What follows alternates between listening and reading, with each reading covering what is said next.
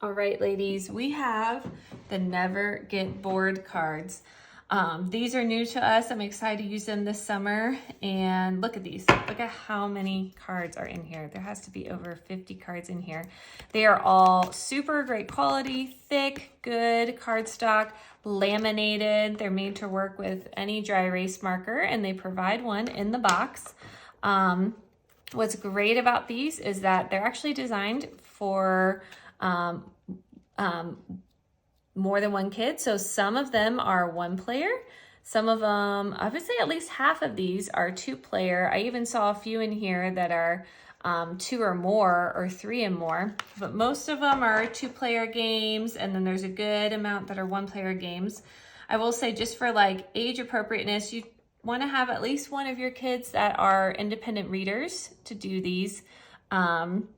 Unless you are going to be playing with them as well. But it seems like the best age would be 5 and up, just looking through the cards and sort of the level of complexity for these.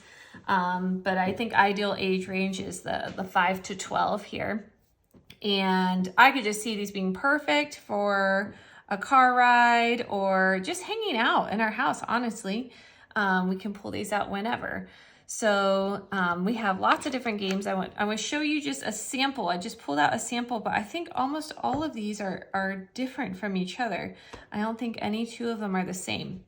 That is so many mini games. So this is an example of a one-player game called Balancing Act. So it says these two sets of scales are perfectly balanced, but the bottom isn't. What shape can you move to make it balanced? So it's kind of a logic puzzle and a game at the same time. And then it has another example on the back that's maybe even a little harder. So that's a one-player game. This is a one-player game called Picture Opposites. So you have to draw a line between the pictures that are opposites. And then after you do that, now you do it between words that have opposite meanings. So you can see it's sort of a level 1, level 2. Now these are really fun, these two-player games. This is called bridge racing. Basically you draw X's and O's to try to make a bridge between your two sides.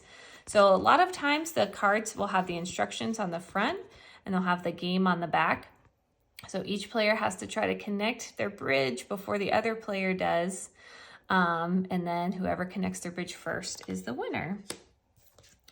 This is Guess the Number. This reminds me of Mastermind. Did you guys ever play Mastermind growing up? You write down a 4-digit number, 1, 2, 3, 4, and then the other person has to guess it. And then you write down, you know, pretty much yes, no on each one if they got it right or wrong until they guessed your 4-digit number. There's a few games that have this design called Treasure Grab. And basically you're just gonna draw a straight line from one of the card to another and see how many pieces of treasure you can grab, and whoever gets the most treasure by the end. And then here is Zoo Game. This is a one-player game where you look at this for 30 seconds and study it really carefully, and then you got to answer questions on the back. It's like a challenging memory game. So which animal is showing its sharp teeth? Which animal has the most babies? Who is wearing a hat? Which one is eating leaves?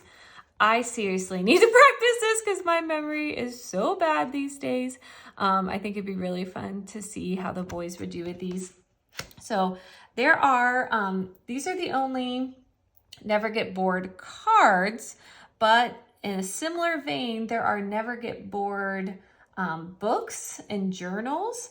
One is called Never Get Bored Draw and Paint. One is Never Get Bored Cut, Fold, and Stick, which I would definitely want to check out. Never Get Bored Book, which is probably this, but in a book version, like a journal version. And then another was called Never Get Bored Outdoors. So I definitely recommend in the Paper Pie website searching Never Get Bored and checking these out.